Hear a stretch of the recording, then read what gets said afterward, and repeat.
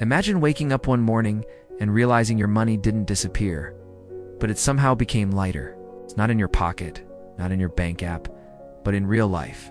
The same salary, it's the same balance, the same numbers. Yet somehow your future feels smaller. Quietly, invisibly. No headlines screaming crisis, no prices exploded overnight, no panic in the streets, just a slow, polite erosion. Like water carving stone, most people think money only loses power when things get expensive.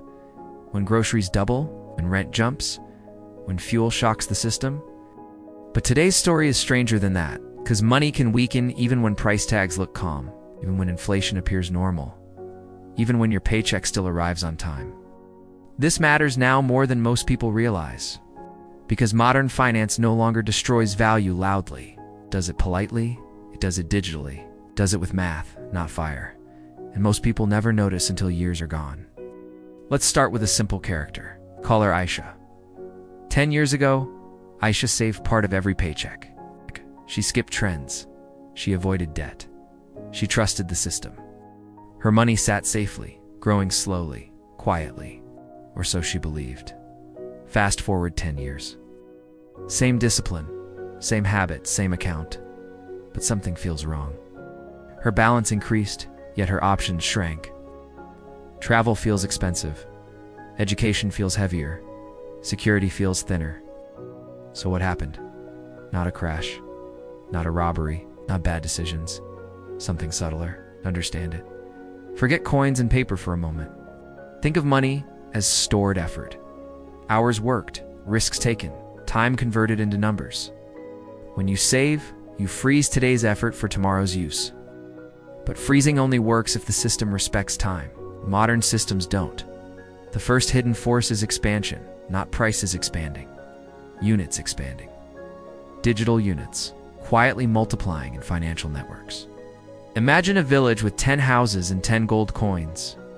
Each coin represents one house of value. Then one night, without building houses, the village creates 10 more coins. Now 20 coins chase the same 10 houses. Nobody changed the price board. But every coin now commands less reality. That's dilution. It's not destruction, not chaos. It's just mathematical thinning. In modern economies, this happens electronically. Balances grow faster than production. Ledgers expand faster than output. Numbers multiply faster than usefulness. Your money still exists. It's just swimming in a bigger ocean. The second force is yield illusion. It's that polite interest rate your account pays. It looks like growth, but often it's a mirror. If your savings earn 2%, but the system expands at 4%, you didn't grow. You slipped backward, calmly, respectfully, invisibly. People celebrate returns without asking a dangerous question. Return compared to what? Aisha thought she was winning. Her balance climbed each year, but opportunity climbed faster, so the ladder moved while she stood still. The third force is time taxation, not collected by government counters, collected by calendars. When money waits too long, it ages. And aged money competes poorly against fresh money. New capital gets better access, faster networks, cheaper leverage, preferential doors. Old savings become polite spectators, still present, still legal, still counted, just slower than the system they live inside. Then comes the strange part. Prices can stay quiet while value escapes, because value isn't only what you buy, it's what you can choose.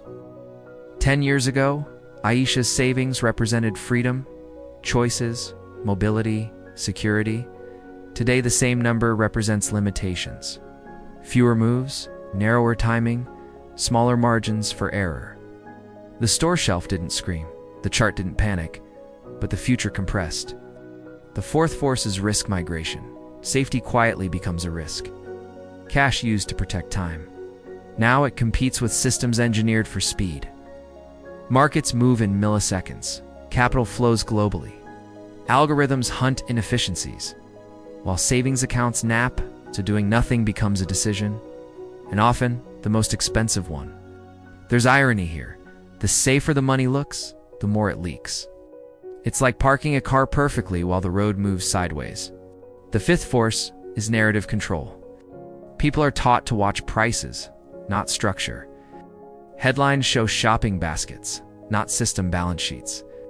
So the public waits for chaos signals, but modern finance doesn't scream, it hums. Value escapes through math, not riots. Aisha never panicked.